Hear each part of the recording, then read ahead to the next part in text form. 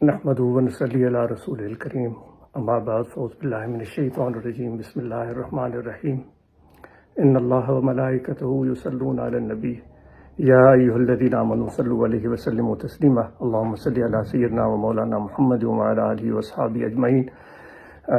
آپ سب سامعین کو رمضان مبارک ہو۔ اللہ تبارک و تعالیٰ اس مہینے کی برکتیں، مغفرتیں، رحمتیں، بخششیں آپ اور ہم سب کو عطا فرمائے، اور اس مہینے میں جو اللہ تبارک و تعالیٰ کی ارشادات ہیں، فرمودات ہیں، حضور علیہ الصلاۃ والسلام کا جو عمل ہے اس کے مطابق ہمیں زندگی بسر کرنے کی توفیق عطا فرمائے۔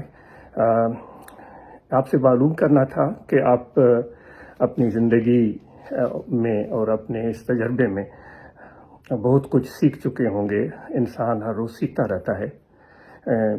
آپ کا کیا خیال ہے کہ جو سچائیاں سب سے بڑی نمایاں ہیں انسان کے حوالے سے، ان میں سے کوئی ایک آدھ چیز آپ کے ذہن میں آتی ہے کہ سچ کیا ہے؟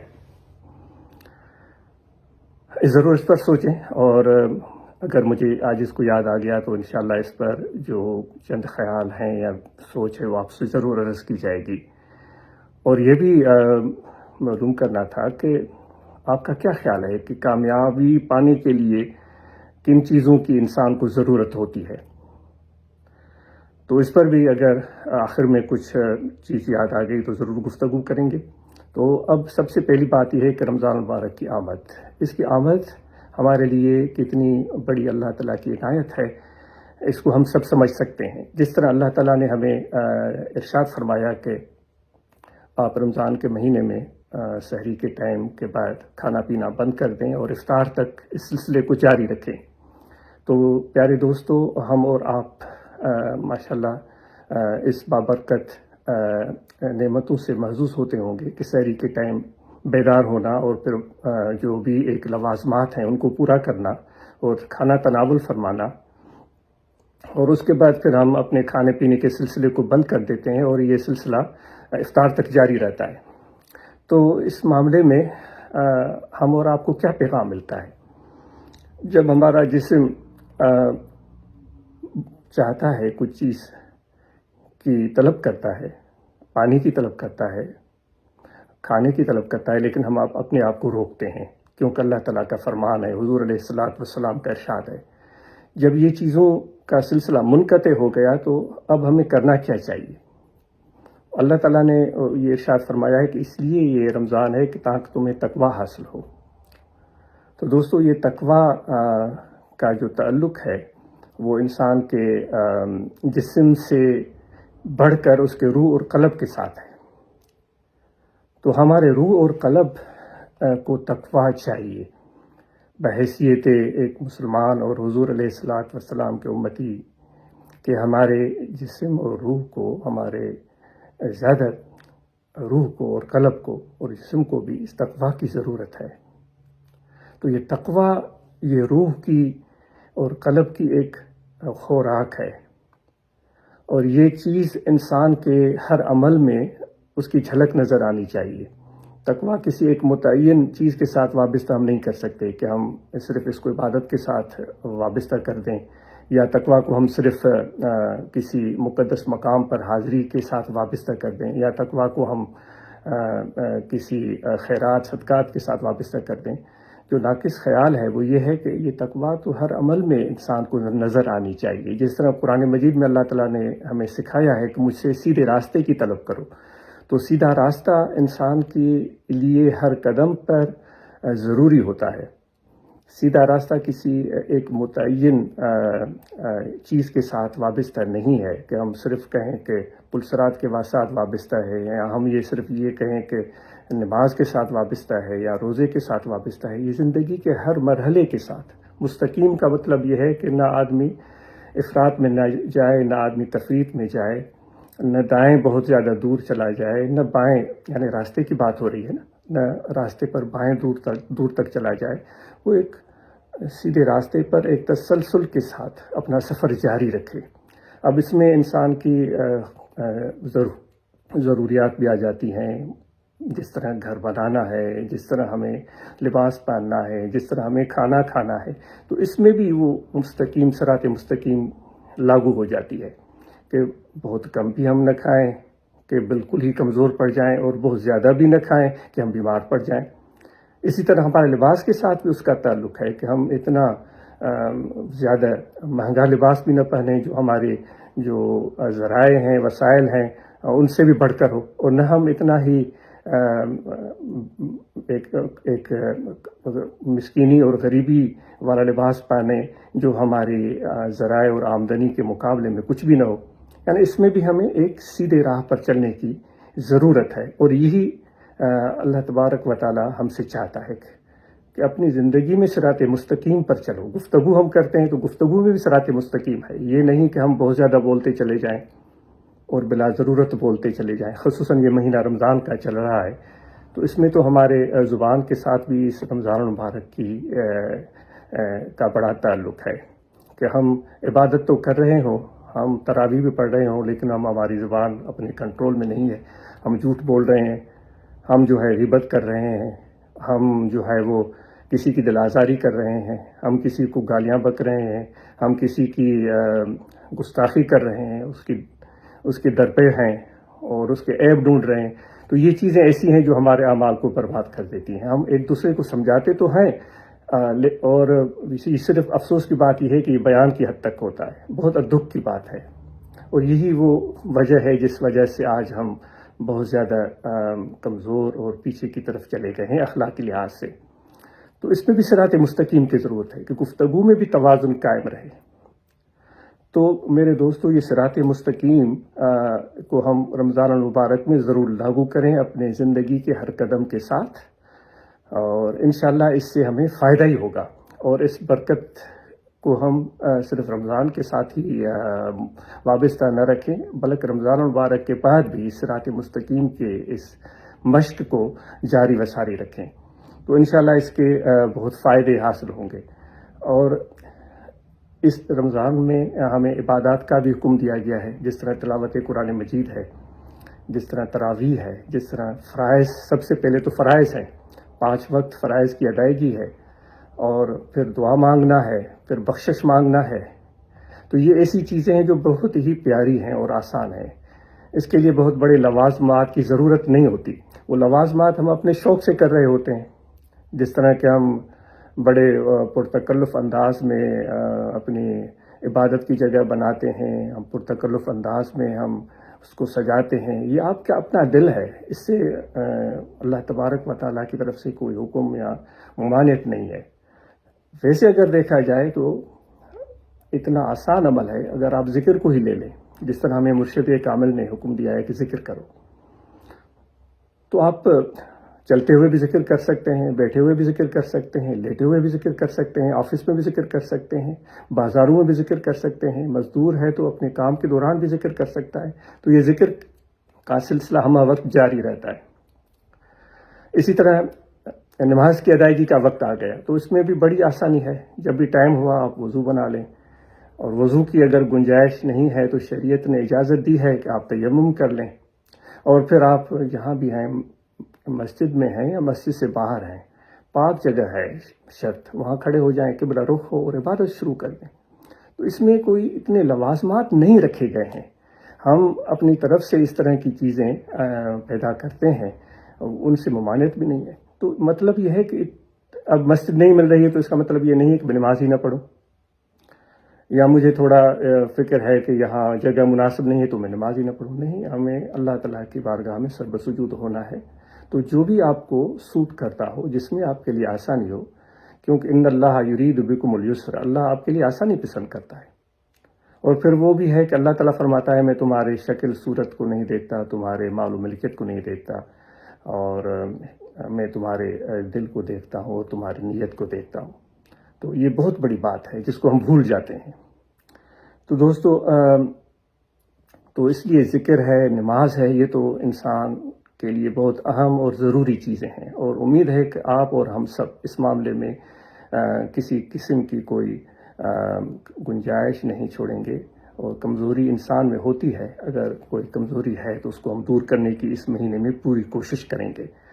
تو پھر اس کے ساتھ جب ہم عبادت بھی کر رہے ہیں، صراط مستقیم پر بھی چل رہے ہیں، تو اب اپنے حوالے سے بھی ہمارا رویہ بہتر ہونا چاہیے کہ ہم اپنے آپ کو بھی عزت دیں، یہ نہیں کہ ہم اپنی آپ کو اتنا گرا دیں کہ اپنے اعتماد ہی نہ رہے، وہ بالکل ہی ختم ہو جائے. یہ کبھی بھی اللہ تعالیٰ نہیں چاہتا، بلکہ اللہ تبارک و تعالیٰ تو بلند ہمت لوگوں کو پسند کرتا ہے. تو جب ہم اپنے آپ کو، اپنی ذات کو عزت دیں گے تبھی تو ہم اور لوگوں کو بھی عزت دے سکیں گے.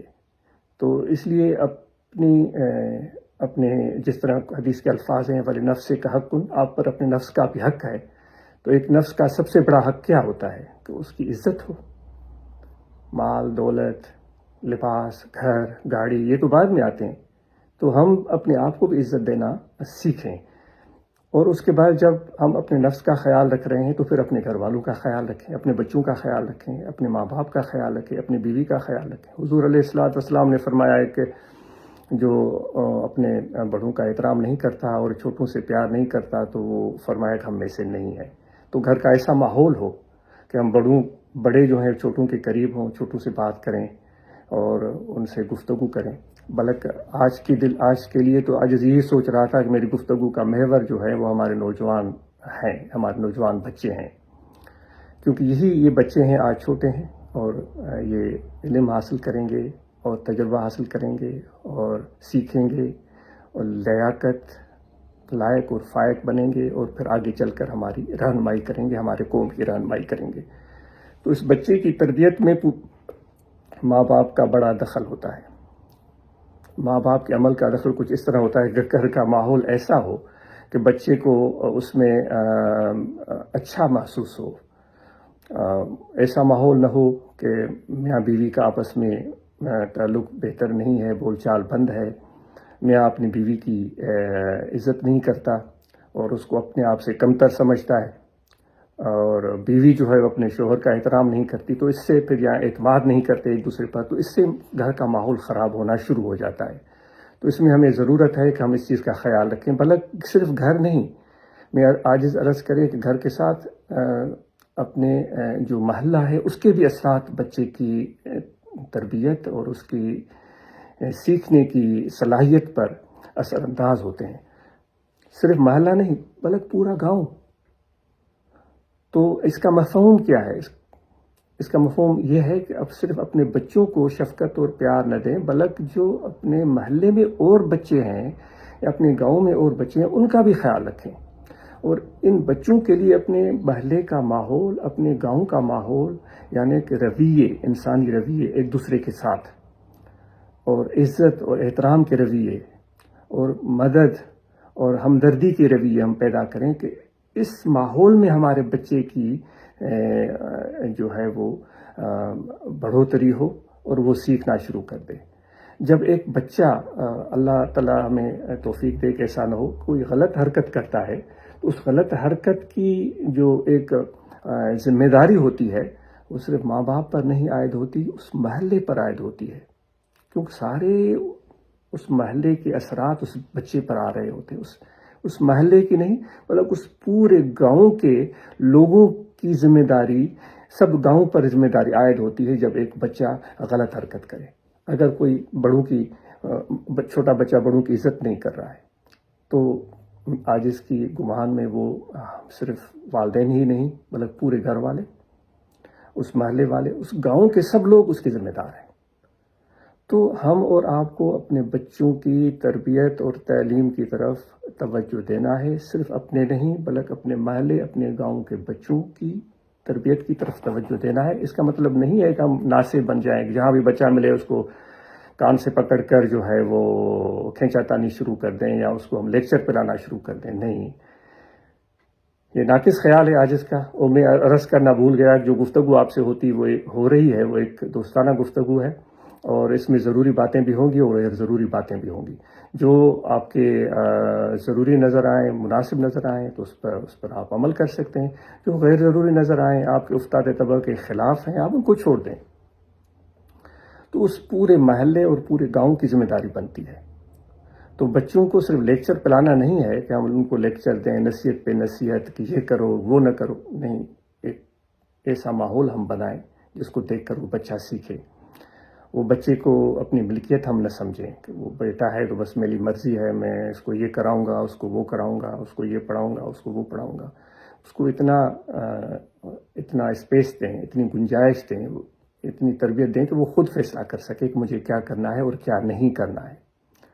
آپ اور ہم سوچیں کہ جب ہم چھوٹے تھے تو ہمیں بڑوں کی نصیحت کتنی خوشگوار لگتی تھی، بہت کڑوی لگتی تھی، تو ہم کیوں بھول جاتے ہیں جب ہم خود بڑے ہو جاتے ہیں؟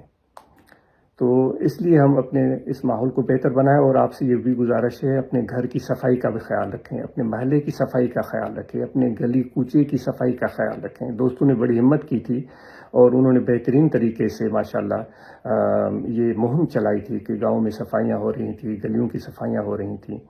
تو انشاءاللہ اس جذبے کو ہم جاری رکھیں گے، اور اپنے گھر میں ردی کی ٹوکری، ڈسٹ بن ضرور رکھیں، اور اس ڈسٹ بن میں وہ غلاظت اور گھر کی جو گندگی ہے اس کو ڈالیں۔ غلاظت تو میں غلطی سے کہہ گیا ہے، جو بھی کوڑا کرکٹ ہے، کچرا ہے، اس کو اس میں ڈالیں، بلکہ یہاں تک کہ جس طرح ہم یہاں دیکھتے ہیں کہ جو ریسائکلیبل ہوتی ہیں، جو دوبارہ استعمال کی قابل چیزیں ہوتی ہیں، جن کو پروسیس کر کے دوبارہ کوئی اس سے چیز بنا لی جاتی ہے تو اس کا ڈبہ الگ ہوتا ہے، تو آپ بھی اس طرح کر سکتے ہیں۔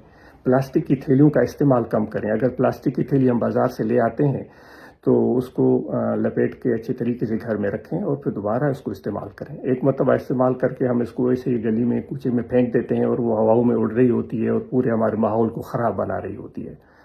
تو اگر ٹھکانے لگانا ہے تو ٹھکانے لگانے کے لیے بھی اس کو صحیح طرح سے ٹھکانے لگائیں، ایسا نہ ہو کہ وہ گندگی کا سبب بن جائے۔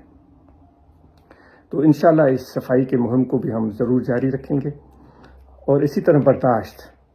اب اگر خدا نخواستہ کوئی شخص ہے جو کہ ہمارے ساتھ اچھا رویہ نہیں رکھ رہا ہے، تو قرآن مجید میں اللہ تعالیٰ فرماتا ہے کہ میرے بندے تو وہ ہیں یمشون علی الارض ہونا، وہ زمین پر انکساری عاجزی کے ساتھ چلتے ہیں۔ وَإِذَا خَاطَبَهُمُ الْجَاهِلُونَ قَالُوا سَلَامًا، اگر لوگ جو کم علم ہیں ان سے مخاطب ہوتے ہیں اور اچھا طریقہ ان کا نہیں ہوتا تو یہ سلام کر کے آگے بڑھ جاتے ہیں۔ تو ہمارے اندر یہ برداشت ہونی چاہیے۔ جب بھی اگر کوئی ناپسندیدہ صورتحال بھی سامنے ہو تو ہم صبر سے کام لیں، برداشت سے کام لیں، انشاءاللہ اس میں فائدہ ہوگا، کوئی نقصان نہیں ہوگا۔ اور کتنے بھی لوگ ہمارے آس پاس بستے ہوں اور کتنی بھی ان کی قابل اعتراض چیزیں ہمیں نظر آ رہی ہوں، لیکن ہمیں حسن ظن رکھنا چاہیے، کیونکہ حضور علیہ السلام نے فرمایا ہے کہ مومنین کے بارے میں اچھا گمان رکھو۔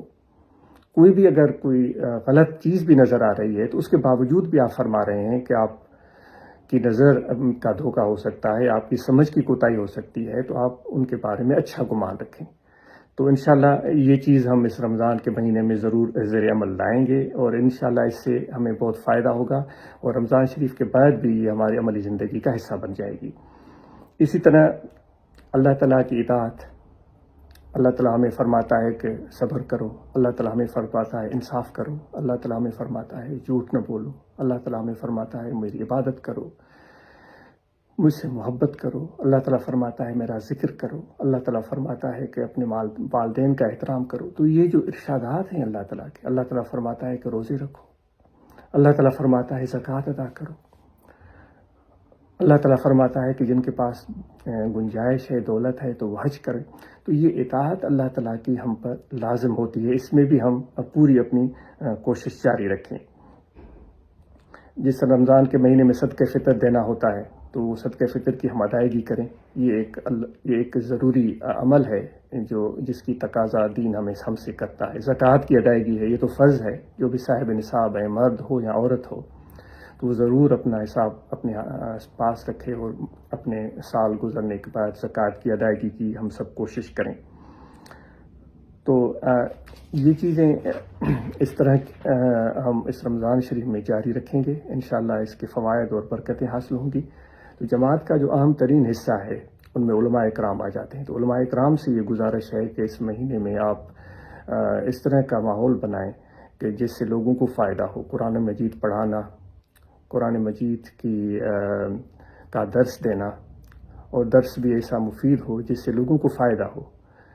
صرف اس طرح کی طویل باتیں اور صرف دلیل اور دلائل اور پھر رد اور قدح ان چیزوں میں پڑھنے کے بجائے مثبت طریقے سے اگر آپ درس دے سکتے ہیں جس سے لوگوں کو فائدہ ہو تو انشاءاللہ اس کی بڑی برکت ہوگی، اور یہی ہمارے طریقہ عالیہ کا کا مزاج ہے اور اس کی تعلیم ہے کہ خود بین بھی نہ بنے اور بدبین بھی نہ بنے. خود بین یہ ہے کہ میں تو اتنا اچھا ہوں، میں صحیح ہوں، اور لوگ صحیح ہوں گے یا نہیں ہوں گے، اور بدبین یہ ہے کہ وہ لوگ خراب ہیں، میں ٹھیک ہوں. تو یہ ہمارے علماء، ہمارے اندر یہ بڑی خرابی ہوتی ہے. تو ان چیزوں سے علماء اکرام اور ہم سب بچنے کی کوشش کریں. جماعت اصلاح المسلمین کے احباب سے یہ گزارش تھی جو ابھی تھوڑی دیر پہلے ہم کر رہے تھے، گھر کا ماحول اچھا بنائیں، اپنے بچوں کی اچھی تربیت کریں، اور اس کے ساتھ گھر کی صفائی کی بات کہی گئی. اور پھر اب اپنی تبلیغی اور تنظیمی ذمہ داریوں کو بحسن و خوبی پورا کریں. برانچ ہے تو وہ متحرک اور بہتر برانچ ہو. مثالی برانچ کا ذکر ہمیشہ ہوتا رہتا ہے، اس کو دوبارہ یہاں بیان کرنے کی کوئی ضرورت نہیں، آپ اس چیز کو اچھی طرح جانتے ہیں. اور پھر اپنے بچوں کی تعلیم کا ہم خیال رکھیں، ان کو اچھے ماحول میں ہم تعلیم دلوائیں تاکہ وہ اچھے انسان بن سکیں. اور تربیت ماں باپ کی ذمہ داری ہے، ان کو تربیت دینے کے لیے پہلے ہی ہم بات کر چکے ہیں. اور یہ بھی ایک بڑا اچھا طریقہ ہوتا ہے بچوں سے رابطہ رکھنے کا کہ ان سے گفتگو کی جائے، اور اس طرح گفتگو کی جائے کہ جو چیز بچے سننا پسند کرتے ہیں. مجھے ایک چھوٹی سی بات یاد آتی ہے کہ جب عاجز چھوٹا ہوتا تھا تو بالکل یہ 69 70 71 کی بات ہوگی، کم عمر سے، بلکہ اس سے پہلے کی ہوگی شاید. تو ہمارے حضرت کے خدمتگار تھے فقیر عبداللہ صاحب، تو وہ بڑی محبت کرتے تھے اور حضرت صاحب کی خدمت میں رہتے تھے، اور وہ ہی آپ کے بال وغیرہ سنوارنا، یہ چیزیں بھی وہ سر انجام دیتے تھے. فقیر پور میں ہی ان کی وفات ہوئی اور وہیں ان کا مزار قبر بھی ہے غالباً. تو وہ جو ان کا یہ معمول تھا کہ جو حضرت صاحب کے نکلنے کا دروازہ تھا اس کے باہر بالکل دروازے کے ساتھ ایک چھوٹا سا دکا بنا ہوا تھا، تھلا بنا ہوا تھا، تھلے کے ساتھ نیچے وہ اپنا بستر بچھاتے تھے. یہ شروع کا زمانہ تھا اور اتنے وسائل اور آسانیاں نہیں تھی. تو عاجز مغرب کے بعد عاجز کی بہن، ہم دونوں ان کے ساتھ بیٹھ جاتے تھے. تو پھر وہ ہمیں بڑی پیاری پیاری کہانیاں سناتا تھا، تو وہ ہمیں بڑی دلچسپ لگتی تھی. تو بچوں کو کہانیاں پسند ہوتی ہیں، تو کیا ایسا ممکن نہیں ہے کہ اتنی مصروف زندگی میں ماں باپ بھی تھوڑی سی کوئی کہانی ایک بچے کو سنا دیں؟ اور ان بچوں کا اس سے فائدہ یہ ہوگا کہ ان کا تعلق بڑھے گا. ہم کہتے ہیں نصیحت نہیں، محبت، تعلق وہ اثر انداز ہوتا ہے. اور جب ہم چھوٹے تھے تو اپنے سندھی پرائمری اسکول میں پڑھتے تھے تو کتابیں ہوتی تھی، ان میں بڑی دلچسپ کہانیاں ہوتی تھی. آج کل کے نصاب تو عاجز کی نظر سے نہیں گزرے، تو ان کہانیوں کو پڑھ کر ہم بڑے خوش ہوتے تھے. تو اس طرح کی کہانیاں ان بچوں کو سنانا، اور پھر وہ عبداللہ صاحب ہمیں اچھے اچھے شعر سناتے تھے، وہ سن کر ہمیں بڑا مزہ آتا تھا. پھر وہ ہمیں اپنے کندھے پر بٹھا کر وہ اونٹ کی طرح اپنے آپ کو بتاتے تھے، پھر ہم اس کے کندھے پر بیٹھتے تھے، پھر وہ دور تک لے جاتے اور گھما کے پھر آ کر ہمیں چھوڑتے تھے. یعنی ان کی یہ ایک ایسا رویہ ہے جس کو میں آج تک عاجز یاد رکھتا ہے. تو بچوں کے ساتھ تعلق بنانے کے لیے کچھ اس طرح کی چیزیں چاہیے ہوتی ہیں. جس طرح ایک ہمارے استاد تھے تو وہ ہمیں یہ بات سناتے تھے کہ وہ بچپن میں بالکل کم عمری میں سنی ہوئی ہے، میں نے عاجز نے کسی کتاب میں بھی شاید نہیں پڑھی. تو وہ سناتے تھے کہ حضور علیہ الصلوۃ والسلام نے کسی کے ساتھ ملاقات کی تو اس شخص کے ساتھ گفتگو ہوئی، اور اس نے کچھ لین دین، آپ کا ان کے ساتھ کوئی لین دین تھا یا کوئی اور بات تھی، مجھے اچھی طرح واقعہ یاد نہیں ہے. تو اس شخص نے آپ کو کہا کہ آپ تھوڑا انتظار کریں، میں آتا ہوں. تو وہ شخص چلا گیا اور وہ بھول گیا کہ میں نے حضور علیہ الصلوۃ والسلام کے ساتھ وعدہ کیا ہوا ہے اور مجھے ان کے پاس جانا ہے. تو وہ کافی ٹائم اپنے دیگر مصروفیات میں لگا رہا، بہت ٹائم گزر گیا. وہ اتنی دیر گھومنے پھرنے کے بعد پھر اس کو یاد آیا کہ میں نے وعدہ کیا ہے حضور علیہ الصلوۃ والسلام کے ساتھ، مجھے تو ان کے پاس جانا چاہیے. جب وہ گیا تو وہ حیران رہ گیا کہ اتنی لمبے ٹائم کے لیے آپ اسی جگہ کھڑے تھے. وہ بڑا شرمندہ ہوا اور اس نے عرض کیا کہ میں تو بھول گیا تھا، آپ چلے جاتے، آپ یہیں پر کھڑے رہے. تو آپ صلی اللہ علیہ وآلہ وسلم نے فرمایا کہ نہیں، ہم نے آپ کے ساتھ اقرار کیا تھا، عہد کیا تھا کہ انتظار کریں، کہ تو ہمیں تو انتظار کرنا تھا. کوئی ناگواری کے اثرات بھی آپ نے اظہار نہیں فرمائے. تو اس طرح کے چھوٹے چھوٹے واقعات، چھوٹی چھوٹی کہانیاں، جس سے بچوں کی دلچسپی بڑھے، ان کے عادات پر اثرات پڑیں، ہم تو بچپن میں اپنے لوک ادب کو پڑھتے تھے، فوک اسٹوریز کو پڑھتے تھے. مجھے تو آج اس کو بڑا اس سے افسانے ہوتے تھے، لیکن بڑا اس سے سکون ملتا تھا اور اچھا محسوس ہوتا تھا، اور ان سے تخیل میں بلندی پیدا ہوئی، اور آج تک جو ہے وہ چیزیں میں آج ذہن میں محسوس کرتا ہے. تو اس طرح اچھی اچھی کہانیاں بچوں کو اگر ہم خود سنائیں، یا ان کی والدہ سنائیں، یا والد سنائیں، یا دادی نانی کوئی بھی سنا سکتی ہے، تو ان بچوں کی محبت میں، تعلق میں اضافہ ہوتا ہے، اور یہ بڑی اثر انداز ہونے والی چیز ہے. نوجوانوں سے گزارش ہے، جو ہمارے جماعت کے نوجوان ہیں، وہ اپنی تنظیمی اور تبلیغی کام سے بڑھ کر اپنے تعلیم کو اہمیت دیں.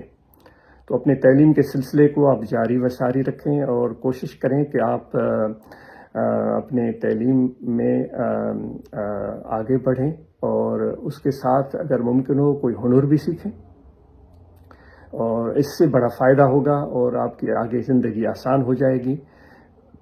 یہاں ہم دیکھتے ہیں کہ اکثر لوگ جتنے بھی ہیں وہ اپنا کام خود سر انجام دیتے ہیں. وہ کارپینٹری بھی خود کر لیتے ہیں، اور وہ الیکٹریشین بھی خود بنے ہوئے ہوتے ہیں، اور پلمبنگ بھی خود کر رہے ہوتے ہیں، چھوٹے موٹے کام. تو اس طرح کے ہنر سیکھنا ابتدائی زندگی میں بڑی کارآمد چیز ہے. تو انشاءاللہ اس طرف بھی آپ اور ہم سب توجہ دیں گے. اب آخر میں وہی بات ہے کہ ذکر کی بات آپ کو عرض کی گئی تھی، ہم ذکر کریں اور مراقبہ کا اہتمام کریں، اور جتنے بھی احباب ہیں اس مہینے میں شجر عالیہ کو یاد کرنے کی کوشش کریں، وہ شجر عالیہ ان کو یاد ہو جائے. اور اسی طرح ہم اپنے بچوں کو بھی یہ شجر عالیہ یاد کروانے کی دعوت دے سکتے ہیں اگر ممکن ہو، اور ان بچوں کو بسم اللہ الرحمن الرحیم پڑھ کر کھانا شروع کرنا، اور اس سے پہلے ہاتھ دھونا، یہ پیار سے اور شفقت سے، اور ہمیں دیکھ کر وہ سیکھیں گے. اور اسی طرح مسجد میں داخل ہونے کے لیے طریقہ کیا ہے، مسجد سے باہر آنے کا طریقہ کیا ہے، دعائیں مسنون، اور پھر اس دعا کا مفہوم بھی ان کو بتائیں. اگر ان کو دعا یاد نہیں ہو رہی ہے تو وہ معنی اور مفہوم ہی ذہن میں ہوگا، تو وہ برکت حضور علیہ الصلوۃ والسلام کی دعا کی وہ ہمیں ضرور ملے گی. تو آج نے عرض کیا تھا کہ آپ کے ذہن میں، آپ کی سوچ میں دنیا کی عام ترین سچائی کوئی ایک ذہن میں آتی ہو تو ضرور بتائیں. تو آپ نے سوچا ہوگا. تو دوستو، ہو سکتا ہے عاجز غلط ہو اور کم علم بھی ہے، اتنی معلومات بھی میرے پاس نہیں ہے. تو عاجز کے خیال میں نمایاں ترین سچائیوں میں سے ایک سچائی یہ ہے کہ ہمیں ہمارے پیٹ کو کھانے کی ضرورت ہوتی ہے، یعنی بھوک. تو اس بھوک کی وجہ سے ہم کیا کچھ نہیں کرتے اس بھوک کو مٹانے کے لیے، اور ہم محنت کرتے ہیں، مزدوری کرتے ہیں، کاروبار کرتے ہیں تاکہ ہمارا پیٹ بھر جائے. تو دوستو، اور پھر ہم کبھی جائز کبھی ناجائز طریقے بھی استعمال کر رہے ہوتے ہیں. تو دوستو، یہ آپ کو پتہ ہوگا کہ حضرت امیر عمر فاروق رضی اللہ تعالیٰ عنہ نے اپنے زمانے میں ایک موقع پر کسی چور کو سزا دینے سے روک دیا تھا، کیونکہ اس وقت کچھ ایسا عالم تھا کہ ضروریات زندگی میسر نہیں تھیں. تو آپ نے فرمایا کہ یہ ریاست کی ذمہ داری ہے کھانا فراہم کرنا یا ان کی ضروریات کو پورا کرنا، تو ہم نہیں کر سکے، اور قحط سالی ہے تو ان کو سزا نہ دیں. تو دوستو، یہ بھوک اتنی بڑی سچائی ہے جس کو ہم نظر انداز نہیں کر سکتے.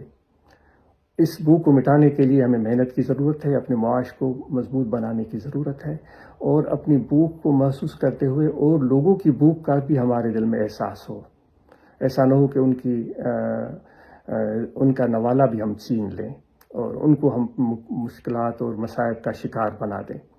تو یہ ایک طویل گفتگو ہو جائے گی، اس پر کبھی کسی اور موقع پر گفتگو کریں گے.